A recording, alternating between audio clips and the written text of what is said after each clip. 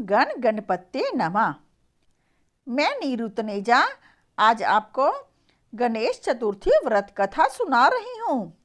इसे संकट चौथ कहा जाता है। एक बार शंकर भगवान बाहर गए हुए थे। वह माता पार्वती घर पर अकेली थी। उस समय घरों के दरवाजे नहीं होते थे। वह शंकर भगवान व माता पार्वती तो वैसे भी कैलाश पर्वत पर गुफाओं में रहते थे।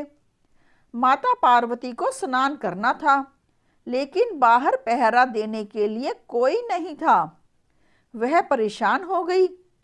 फिर उन्होंने उपटन लगाकर अपने शरीर की मैल उतारकर उससे एक पुतला बनाया।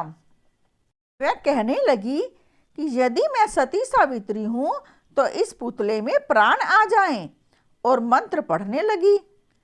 तभी उस पुतले में प्राण आ गए। वह बच्चा बन गया। माता पार्वती ने उसे कहा, बेटा मैं तेरी माँ हूँ। तेरे पिताजी बाहर गए हैं। मैं अंदर स्नान करने जा रही हूँ। यदि तेरे पिताजी आए तो उन्हें रोककर कह देना कि अंदर माताजी स्नान कर रही हैं। फिर वह अंदर चली गई। थोड़ी ही देर में शंकर भगवान आ गए। वह बच्चा बोला, पिताजी अंदर मत जाइए, अंदर माताजी स्नान कर रही हैं। शंकर भगवान उसकी बात को अनसुना करके अंदर जाने लगे, क्योंकि उनकी तो कोई संतान ही नहीं थी। वह बच्चा फिर बोला, पिताजी अंदर मत जाइए, अंदर माताजी स्नान कर रही हैं। शंकर भगवान फिर भी अंदर जाने लगे तो बच्चे ने दोबारा कहा, तो शंकर भगवान को गुस्सा आ गया। वह उससे युद्ध करने लगे। जब बच्चा फिर भी नहीं माना तो शंकर भगवान ने अपने त्रिशूल से उसका सिर काट दिया और अंदर चले गए। माता पार्वती उन्हें देखकर हैरान हो गई और कहने लगी, क्या तुम्हें किसी ने अंदर आने से रोका नहीं? शंकर भगवान बोले, हाँ, एक बच्चे ने रोकने की कोशिश की थी, लेकिन वह मुझे पिताजी कह रहा था, जबकि हमारी तो कोई संतान ही नहीं है, इसलिए मैंने उसका सर काट दिया। सुनते ही माता पार्वती को बहुत क्रोध आया और क्रोध में बोली, वह बच्चा मेरा था, उसे मैंने अपने तन की मैल व शक्तियों से बनाया था, अपनी शक्तियों से उसमें प्राण डाले थे। मुझे मेरा बच्चा ला कर दो। यदि सुबह होने तक मुझे बच्चा नहीं मिला तो मैं सर्व और विनाश कर दूंगी। अब शंकर भगवान परेशान हो गए। उन्होंने सभी देवताओं से कहा कि उत्तर दिशा की ओर जाओ। वहां जो भी पहला प्राणी मिले उसका सर काट कर ले आओ। सभी देवता उत्तर दिशा की ओर गए तो वहां उन्हें एक हथीनी अपने बच्चे के साथ सोती हुई मिली। हथीनी का मुंह दूसरी ओर था। देवता ने उसका सर काटकर भगवान शिव को लाकर दे दिया। वह भगवान शिव ने उसे पार्वती के पुत्र के साथ जोड़ दिया तो वह बच्चा जीवित हो गया। माता पार्वती बेहद प्रसन्न हुई। सब देवताओं ने उसे आशीर्वाद दिया। वह शंकर भगवान ने भी उसे आशीर्वाद दिया कि जो भी व्यक्ति किसी भी शुभ कार्य को करने से पहले उसका नाम लेगा, उसका वह कार्य अवश्य ही पूरा होगा। वह उसका नाम भी रखा गणेश। गणेश का नाम ही किसी कार्य को निर्विघ्न पूरा करने के लिए है। इसलिए जब भी कोई व्यक्ति कोई भी मंगल कार्य करता है तो पहले गणेश जी का नाम लिया जाता है। अपने कार्यों को निर्विघ्न पूरा करने के लिए गणेश जी के जन्म दिवस पर ही उनका व्रत भी रखा जाता है। ऐसे ही व्रत रखने की एक मैं कहानी भी सुना रही हूँ। सुनिए संकट चौथ की कहानी। एक व्यापारी अपने व्यापार के लिए दूसरे नगर में गया हुआ था। एक बार वह अपने काम के लिए अपने गांव के पास नगर में आया। उसने सोचा, आज मैं अपने गांव जाकर अपने माता पिता व पत्नी को मिल आता हूँ। उस उसके घर में रास्ते में ही जंगल था, इसलिए उसे पैदल ही वहां जाना पड़ा। जंगल में उसने देखा कि एक तरफ आग लगी हुई थी, वहीं आग में एक पेड़ पर एक बड़ा सांप लटक रहा था। वह स्वयं को बचाने की कोशिश कर रहा था। उस व्यापारी को देखकर सांप बोला, अरे मुसाफिर, मुझे इस आग से बचा लो। वह व्यापारी बोला, यदि मैंने तुझे बचा लिया तो तू तो मुझे डस लेगा, जबकि मैं काफी समय बाद अपने घर जा रहा हूं।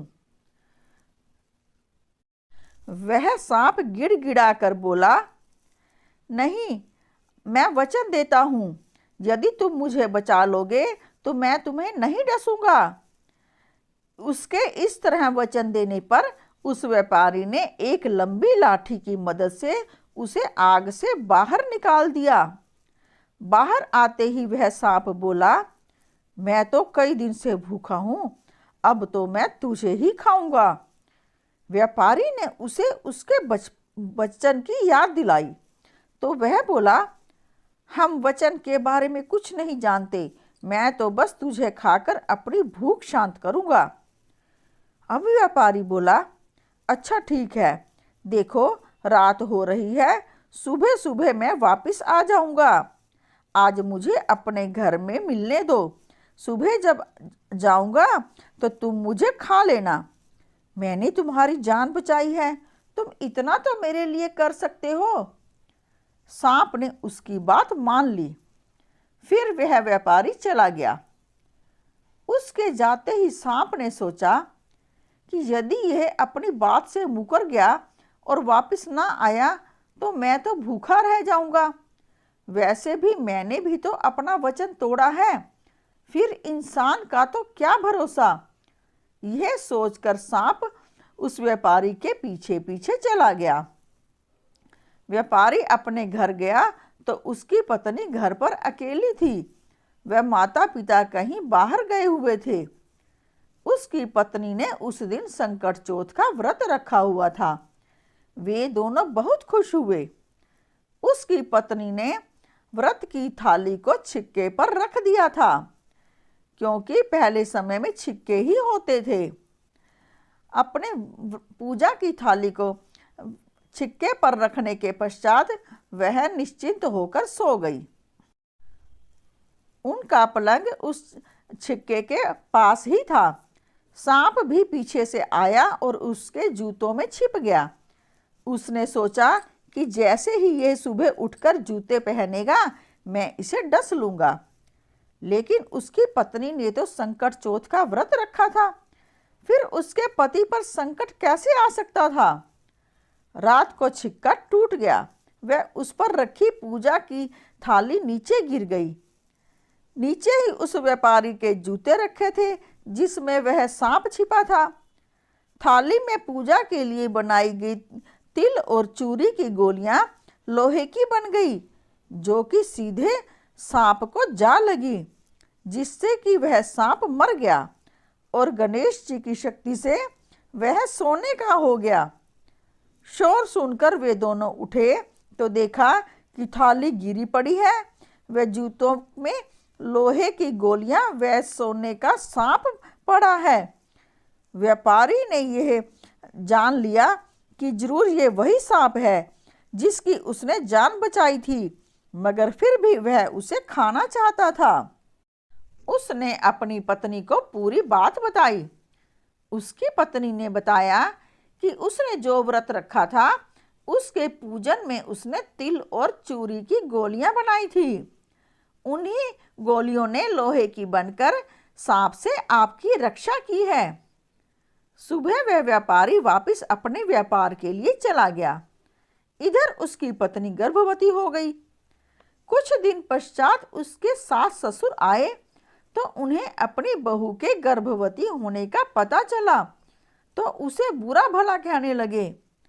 बहू ने उन्हें समझाया कि उनके जाने के पश्चात उनका बेटा आया था, लेकिन वे नहीं माने और उसे कुलच्छनी समझकर घर से बाहर निकाल दिया।